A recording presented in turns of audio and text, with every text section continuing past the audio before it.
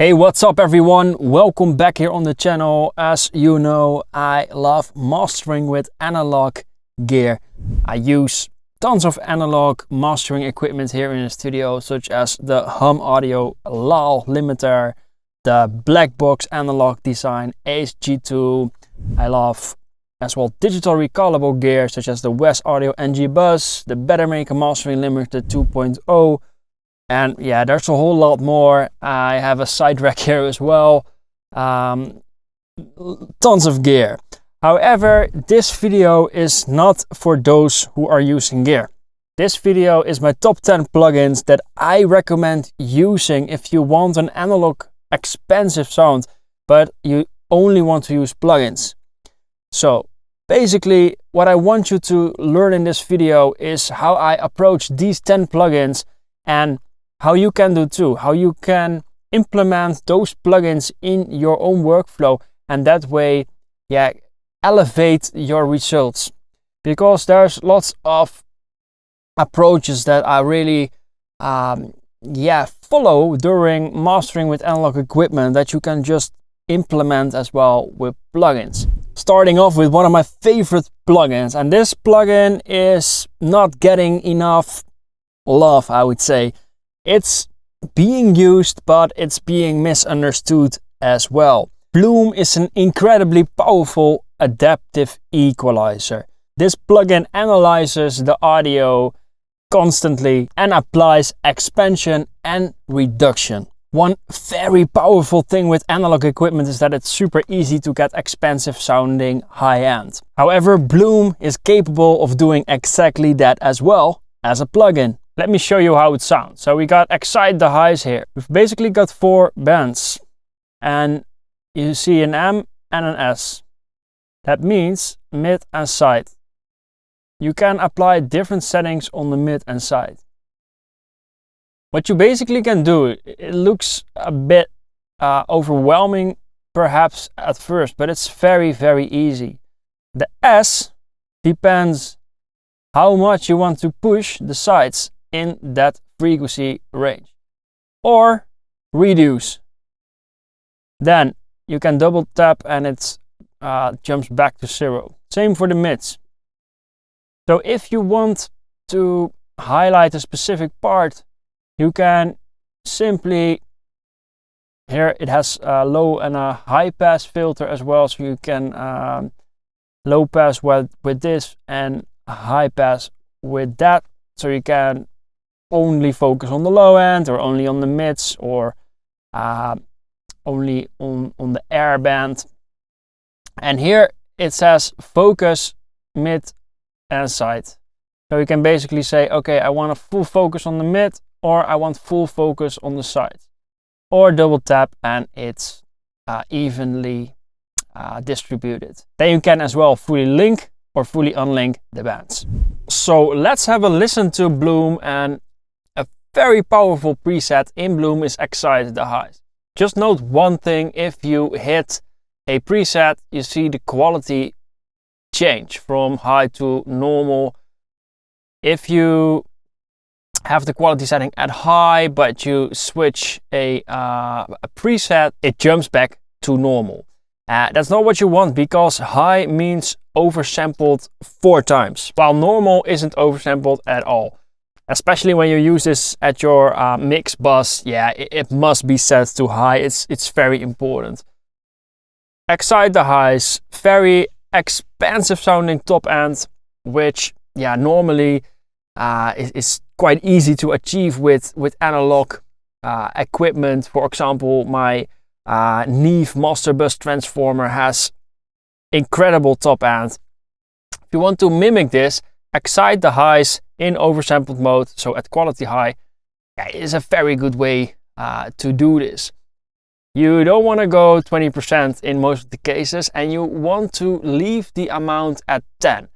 Amount basically means how intense this goes. Anything above 7 comes into the squash region, and squash is very, very intense.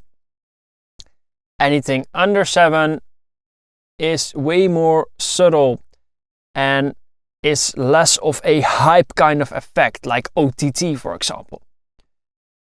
However, we're gonna use this as a parallel effect. So you're gonna blend in some of the effect, and let's have a listen and let's see how expansive the Excite the Highs sounds in the top end on this track. It's truly amazing.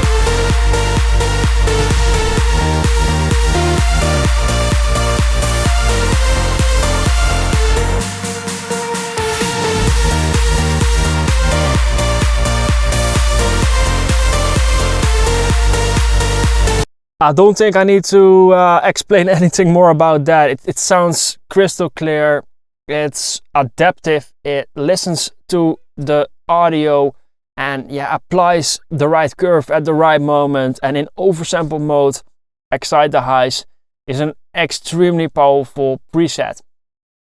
Now next up, we're gonna do Bloom as well, but we're gonna start at a factory default setting. This is how you open up Bloom.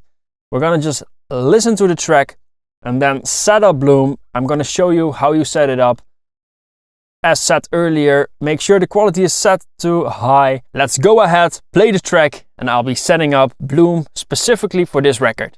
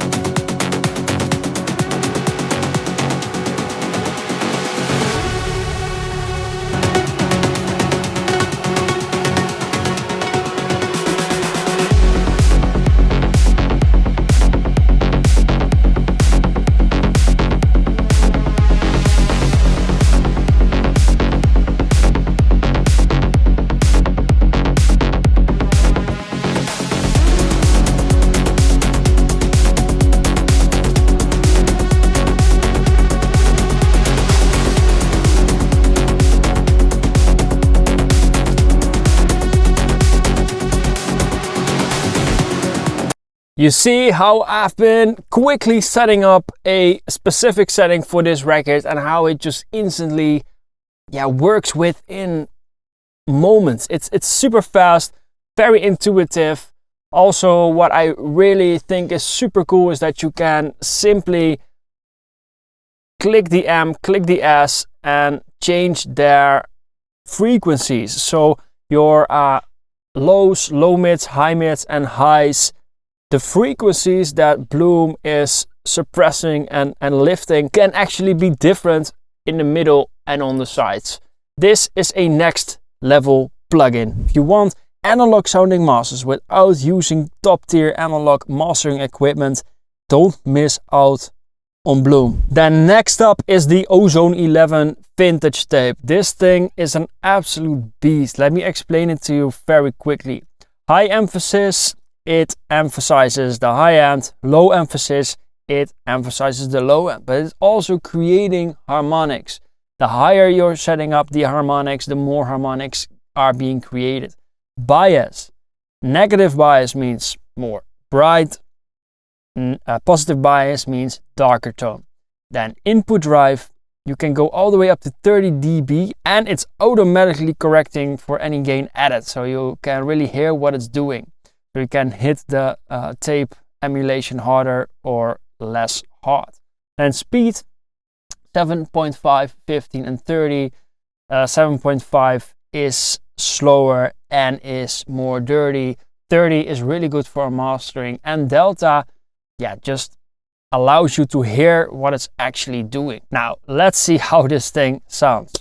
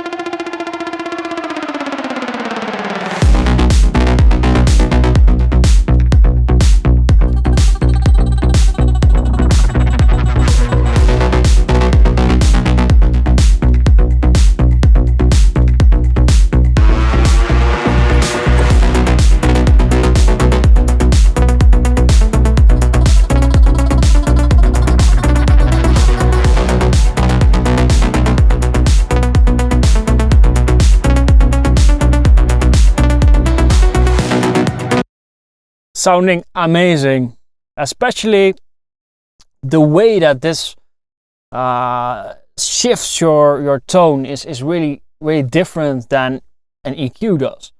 It's using harmonic saturation and you can definitely hear that, and it's doing it at a level where it's actually usable during mastering. If you use some saturating plugins, some are great for slapping on a snare or on a single element. But on the master, it needs to be very high-end sounding. And that's exactly what Ozone 11 vintage tape gives you. An extra tip, this thing can generate very powerful sub-bass if you're missing that on your kick and bass bus. Let's say that your kick and bass have good mid information, good punch, everything is good, but just in the sub range you're lacking energy. Basically, just open up the factory default and go to like 3.5, and in most cases you're already close to exactly where you want to have it. This thing is super capable of delivering powerful sub information and energy. By the way, if you really like videos like this, so tip videos but a little bit shorter and to the point, make sure to follow the Pro Mastering Academy, as that's where I'll upload short videos that go into the same type of tips, just like the ones in this video. It's great going in deeper here on YouTube, but if you want quick tips that can inspire you or can teach you entire new approaches that you didn't think of before, then definitely make sure to follow the Pro Mastering Academy right now. All right, back to to the video. So yes, that's right, Pro Mastering Academy. One of the tips that I did there was about the Newfangled Saturate. If you use a normal digital clipper, this is how your clipped signal looks like. Completely destroyed. If you use Newfangled Saturate, it looks like this. And that's because of the detail preservation mode. This basically mimics analog clipping. If you're clipping an analog AD converter, it will look similar to that. And that's why it sounds so good. Let me play you this example where I've put the input at +5 and I'm adding 3 dB of drive into the spectral clipper of Saturate, with the clipper shape at hard.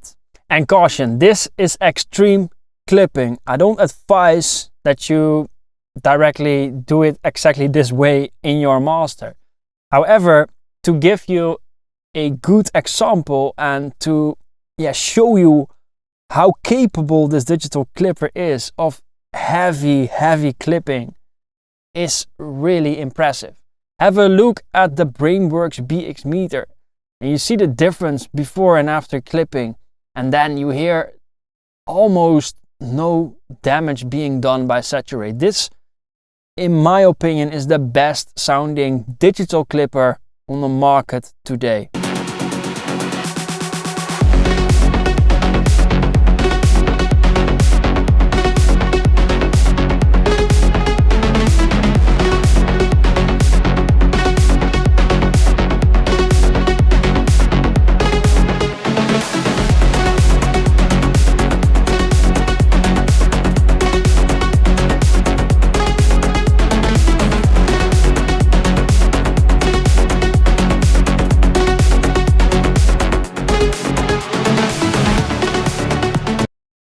This is super impressive, and this is one of the most difficult parts of mastering.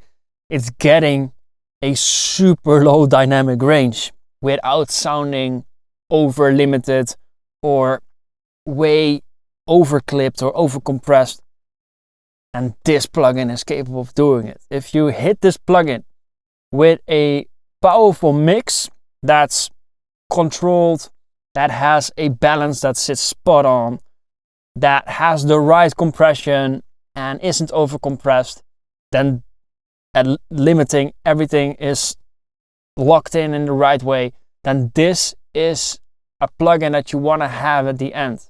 And then, because this video is a bit more in-depth, I'm giving you a pro tip. This is the clipper shape. Soft, hard. Let me show you the difference in sound.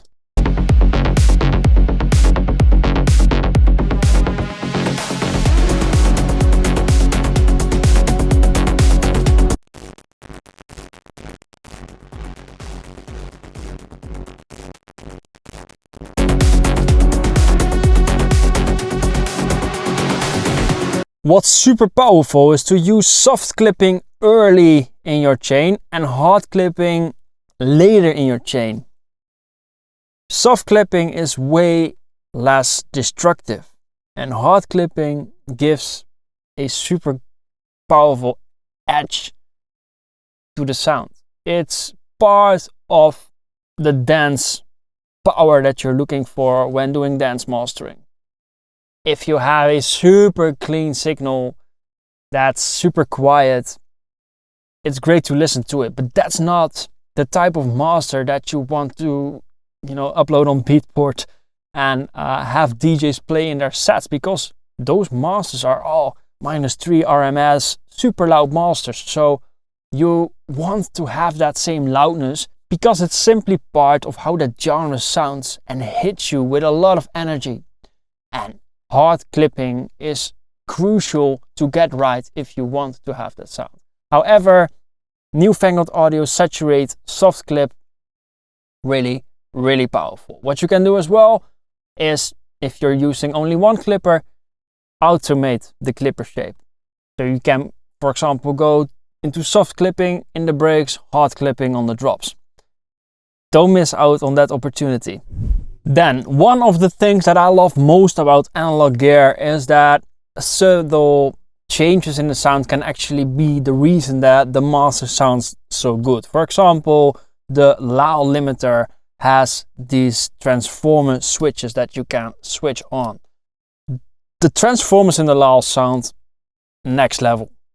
However, FabFilter Saturn 2 in linear phase and at superb high quality, so there's two settings, good and superb. At superb, it sounds the best. Subtle transformer. This exactly mimics what I just described about the loud limiter. It mimics a transformer. What you can do is leave the drive at the default 20% setting. Open up a little bit, treble 2 dBs and the presence 3 dBs. This is going to be in parallel. So we're gonna only blend in the amount of mix that you want. Typically 50% is really good sounding. Let me show you how much and how expensive this plugin sounds. And I love FabFilter Saturn 2 as well for all the complex things that you can do with it.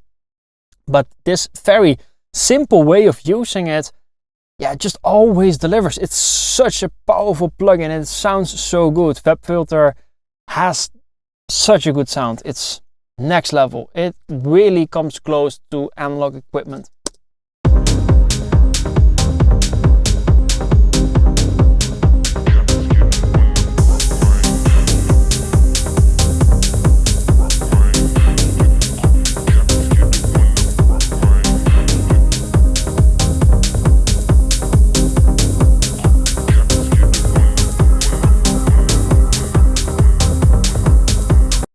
As well, this allows you to set up the sound how you want it. If you want a bit more mid focus, then go for it.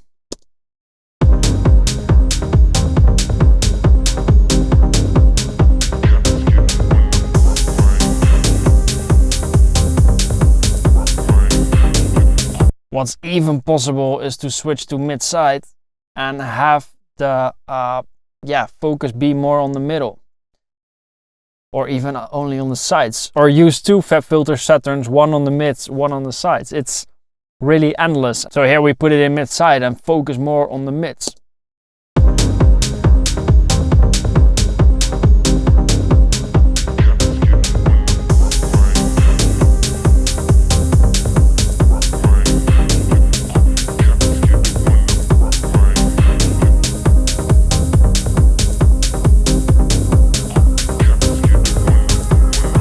Extremely good sounding, mastering great, saturation right there. It's so good. FabFilter Saturn 2, easily master chain ready, especially in linear phase and at high quality. High quality is an oversampling setting, good is 4 times and superb is 8 times. This way you're just reducing aliasing artifacts. And at linear phase, this thing just sounds really good. And linear phase is especially important if you're also gonna do multiple bands. However, for saturation, I really like linear phase to be active. Same goes for multi-band compression, for example. Any case where phase relations are really important, make sure to enable linear phase. All right, we're staying in the techno sound and I'm gonna make a bold statement. Ozone Maximizer is the best plugin limiter available. And why? Many reasons, but the biggest reason is that it has IRC. IRC means Intelligent Release Control. What does this mean? A normal limiter sets the release and applies that release broadband, so across the entire frequency spectrum. However, Ozone 11's Maximizer with IRC4 especially, that's the newest IRC setting, it microdynamically analyzes the whole frequency spectrum and applies different settings in narrow bands. And then not like a multi-band compressor where you have 4 bands, but more like hundreds of different settings. It constantly makes sure that it applies the right setting for the right frequency. And this sounds maybe a bit complex. I already tried to keep it as simple as possible, but what it means is that you can push this thing super hard without getting distortion. And that's exactly what you want from a limiter. So let me show you how good this thing sounds. And I'm lowering the makeup gain after limiting by -7. So you can actually see what the limiter is doing. Here we go.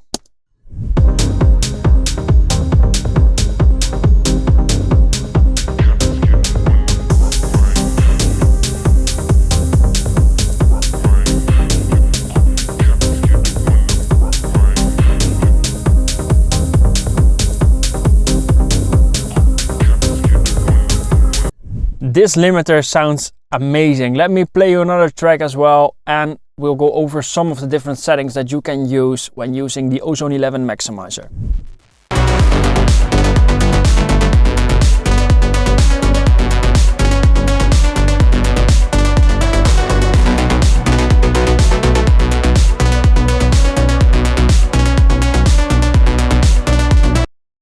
What you hear is that it's extremely transparent. That's exactly what you want. And note that the gain match function here was on. So if this is off, this is how it would sound.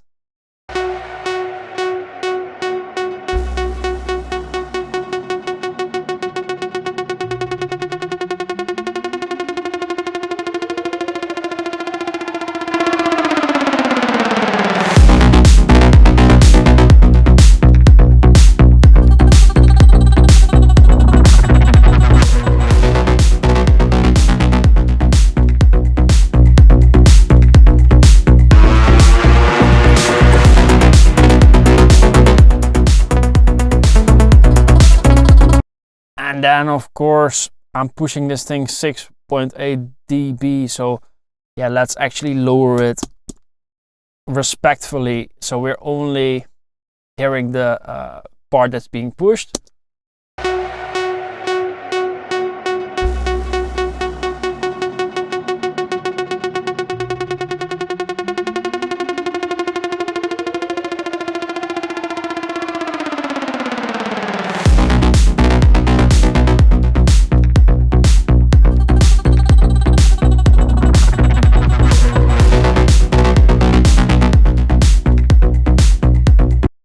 Sounds amazing. Let me go over what I did. Upwards compression. I rarely use. The analog chain here is so powerful that if I'm using digital limiting at the end, it's all very, very minimal. However, upward compression can be really helpful in achieving more loudness, because yeah, you're raising up the quiet parts instead of bringing down everything that's loud. And soft clip, I like the light setting. I don't like the mid and high setting. They're very heavy. Light is good for mastering, but yeah, only if you really need it. If you have a proper mix, soft clip mostly isn't making it a lot better. However, in this case, I just wanted to show you what's possible. Transients emphasis.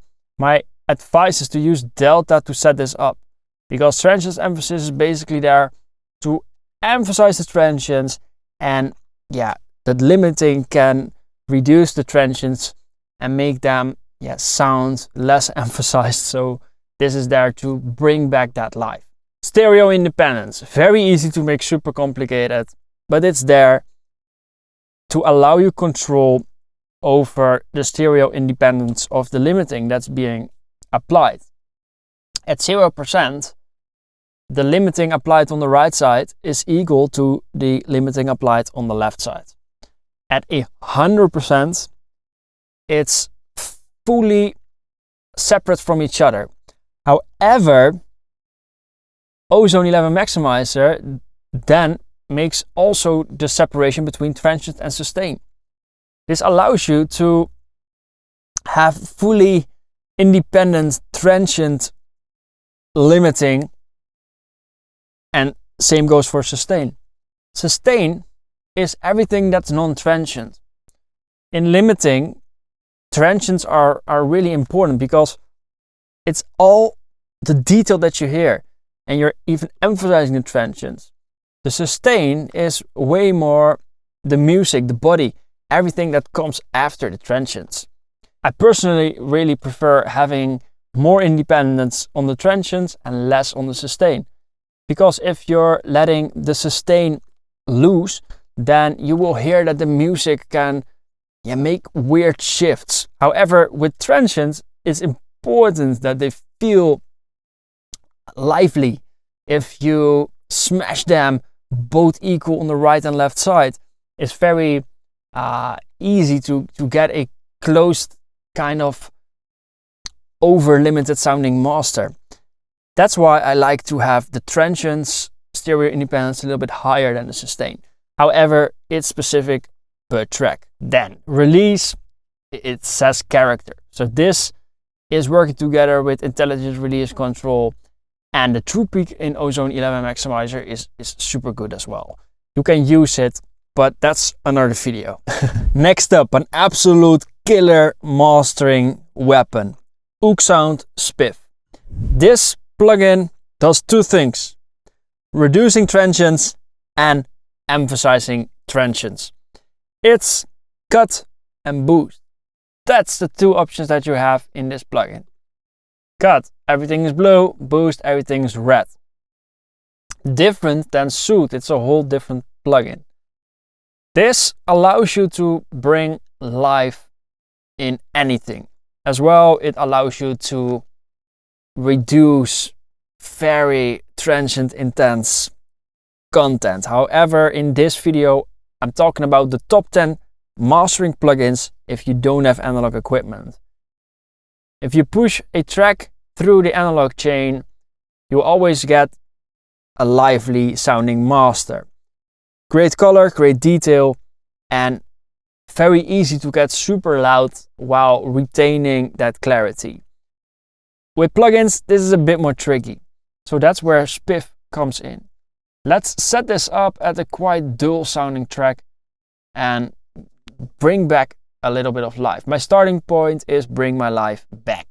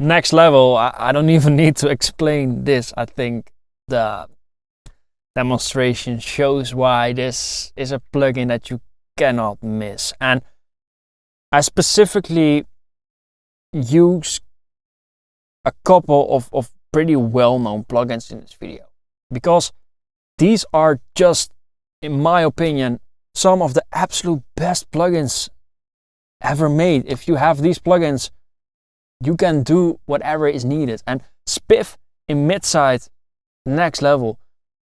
Very easy to focus on the mid. And yeah, you can tell that they created bloom as well. Same type of mid-side balance option right there. It's very easy. And delta is just next level. You can just literally decide the sidechain filter and the filter that Spiff uses to apply its effect.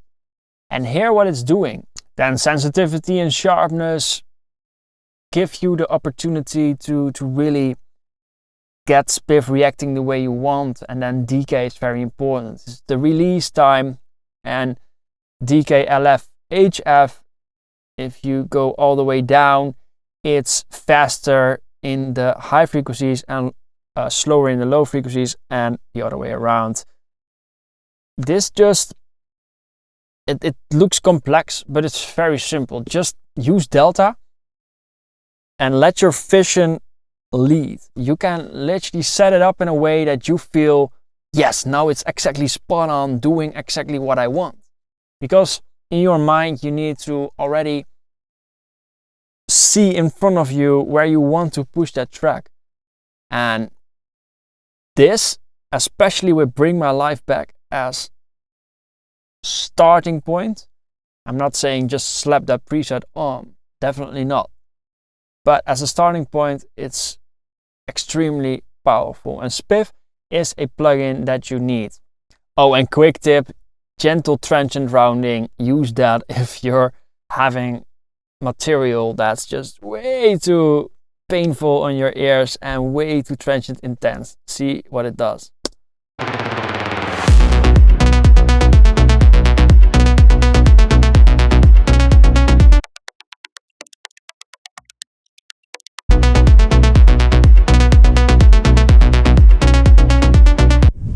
This is mastering grade processing because it really allows you to focus the processing in a specific area and get very precise results. And this is just a quick example, but if you have stuff that you want the transients to be tamed down, Spiff is next level. Definitely have Spiff, and both in cut and in boost, it's an outstanding plugin that delivers great results. Then next up is the Master Rebalance by Ozone 11. This is next level. If you're using analog equipment, and then specifically my Gemini MS processor, which as well levels mid and side. Vocal content is mostly in the middle. The way that this is able to lift the vocal in a mix is next level. By simply raising the level of the mid volume, the vocal comes sitting way more up front. You want to mimic this, and you don't even need stems because this plugin finds the vocal in the track. It allows you to get a super upfront vocal sound without having the vocal stem. This is next level, and it's a plugin. Here we go. I'm playing you the track, and then I'm bypassing it and then activating it so you can hear how much and how precise this works.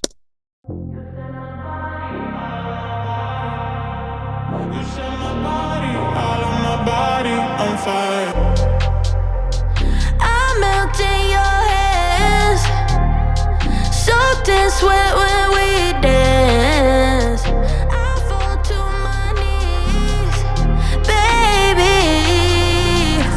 Wanna get you alone, I'm not ready to ignite. I want us to go. This feels like cheating, right? The way and the precision that this plugin has when changing the volume of the vocal is just extremely outstanding. Really, it's so good.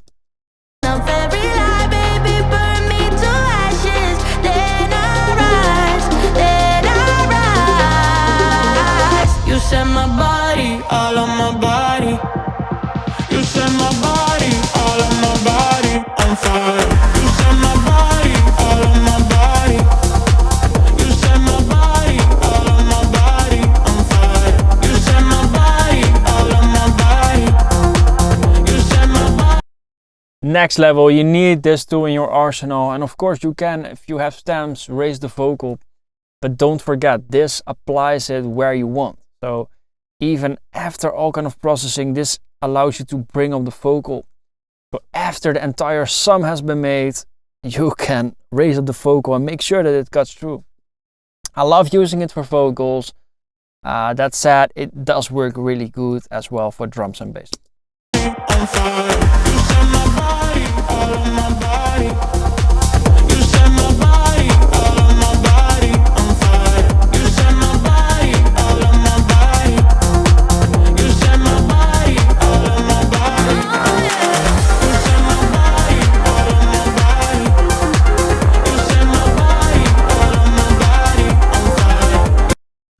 Really good plugin. I think Ozone is on top of the game in terms of plugins. This is not a sponsored video at all, but I think Ozone makes the best sounding plugins together with FabFilter and Oeksound. So good, so good. And then as mentioned, I love the SPL Gemini for mid-side leveling. However, there is a cheaper version, which is Voxengo MSED.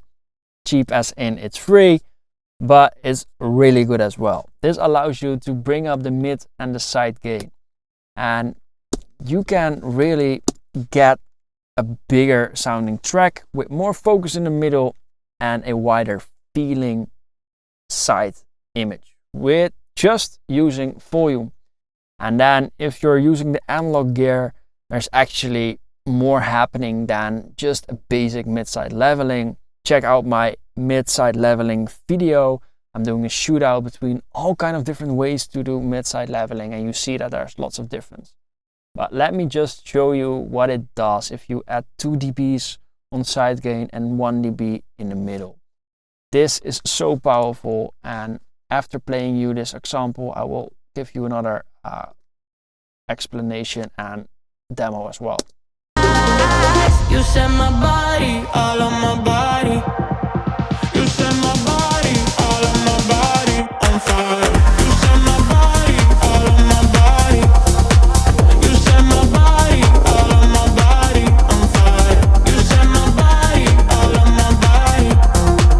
You set my body, all on my body. You set my body, all on my.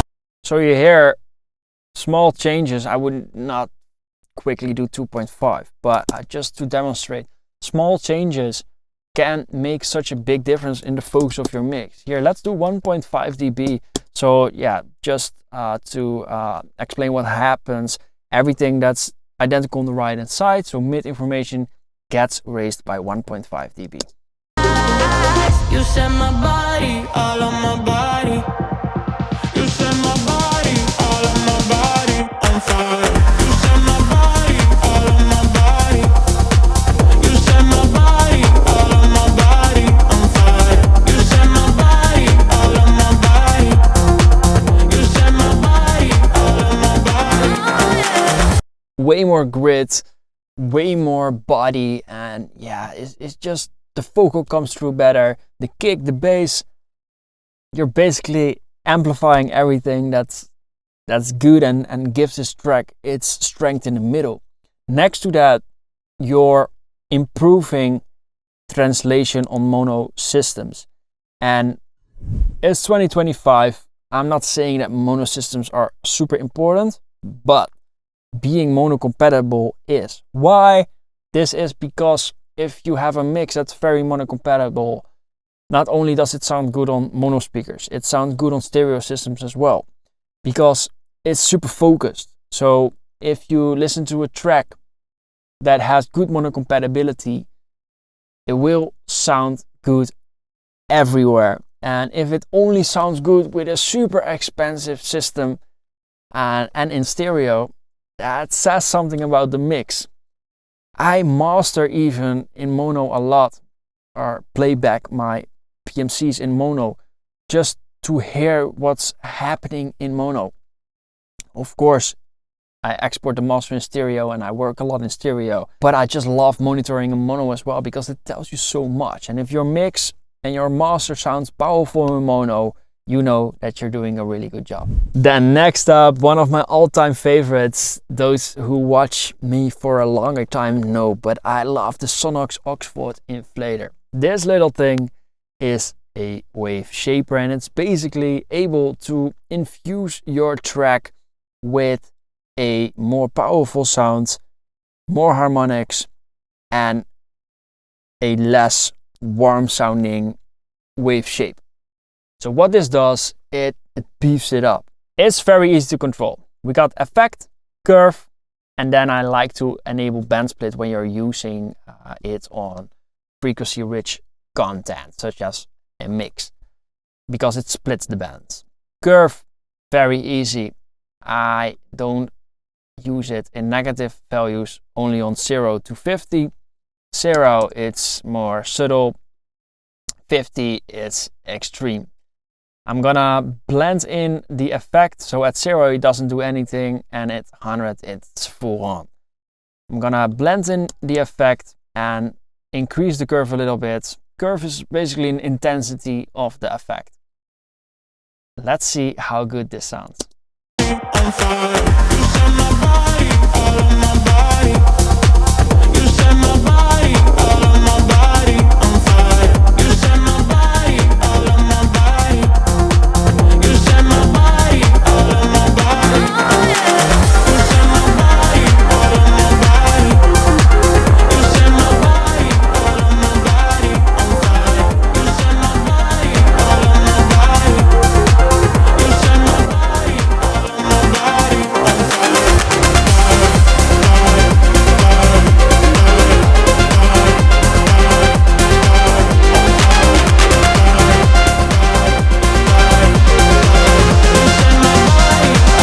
You can hear how powerful this plugin is and how much it can really beef things up. If you need high RMS, high loudness, use this at a strategic position in your mastering chain and you'll be good to go.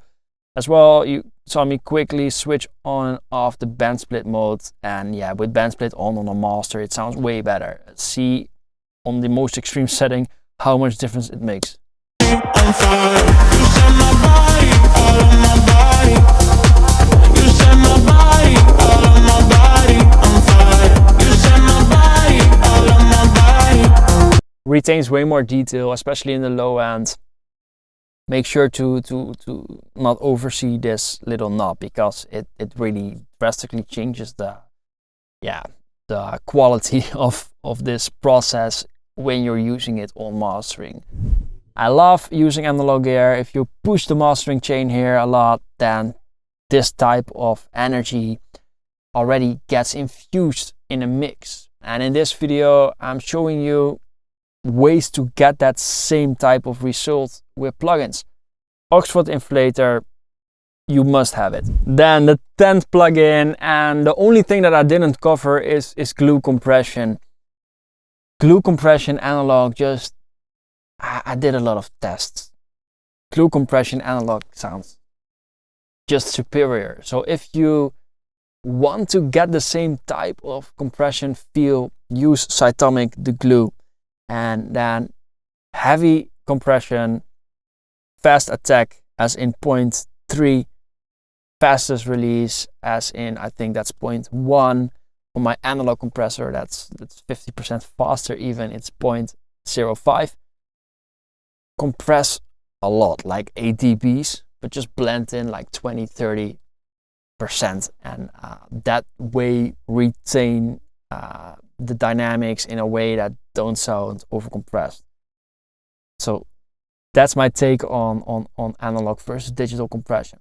But this plugin, Soothe 2 by Oeksound, next level. If you push compression in the analog domain, if you push your mastering converter and other analog like mid-side limiting that I'm doing with the Better Maker mastering limiter, you're really tightening up those dynamics. Your low end will feel super solid if you, of course, have the right mix locked in first. Since this is the final plugin in the top 10, I'm also giving you a very powerful preset here. This is my personal sub-control preset. Sharpness 2.7, selectivity 7.5, balance only mid, link 0, quality 4 times ultra quality lock on, fastest attack, fastest release. What is the way that I'm using sub control? I'm using sub control to control the sub. What this means is your kick and bass can be mixed solidly. It can be the sidechain is on point, kick sample is on point, your sub and your bass layering is on point. However, this is an additional layer of control over that range. It allows you to really get controlled subs, and that's why it's called sub control.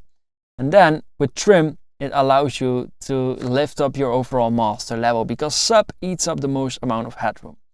All right, enough talking. Let me show you how good this sub control preset sounds in Soothe 2.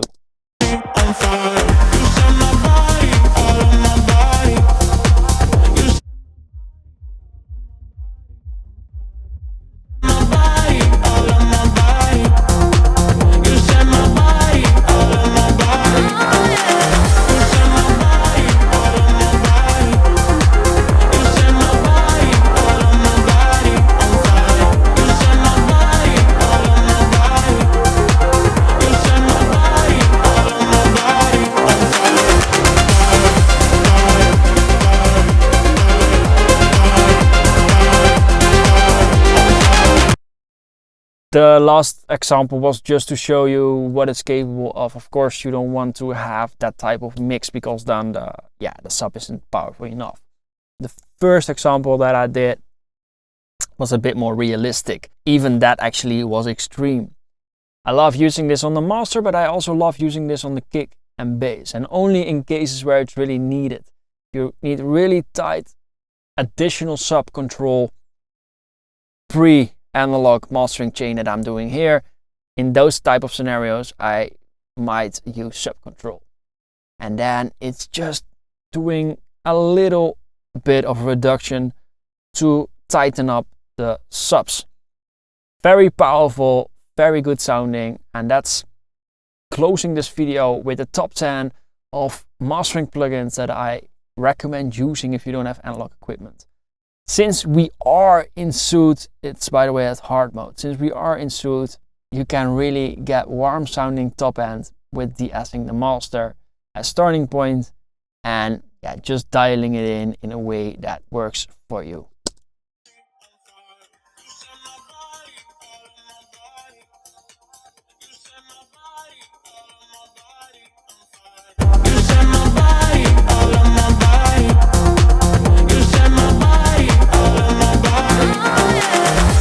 But I recommend just doing that if there's a real issue, since you're quickly getting a muddy mix as well with that. And ideally you do that on a group, for example. But sometimes, especially with analog mastering, the top end sounds so good that you can do this before analog mastering.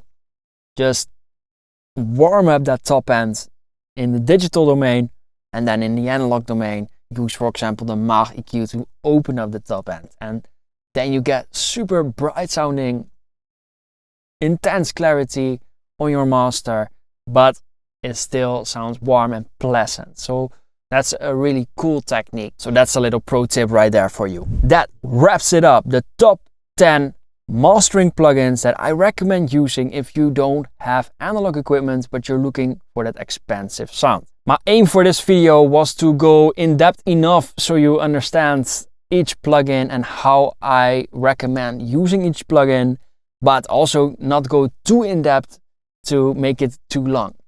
However, it's quite a long video, so it's definitely in depth. If you don't have time for in-depth videos, but you do want to stay up to date with tips like this, then definitely follow the Pro Mastering Academy. If you need mastering for your dance tracks, then definitely hit me up through thismixisick.com.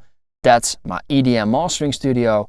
I thank you so much for watching, and definitely if you have any questions on any of the techniques shown in this video, don't hesitate, drop them in the comments. I love answering those, and then I'll see you in the next video. Bye bye.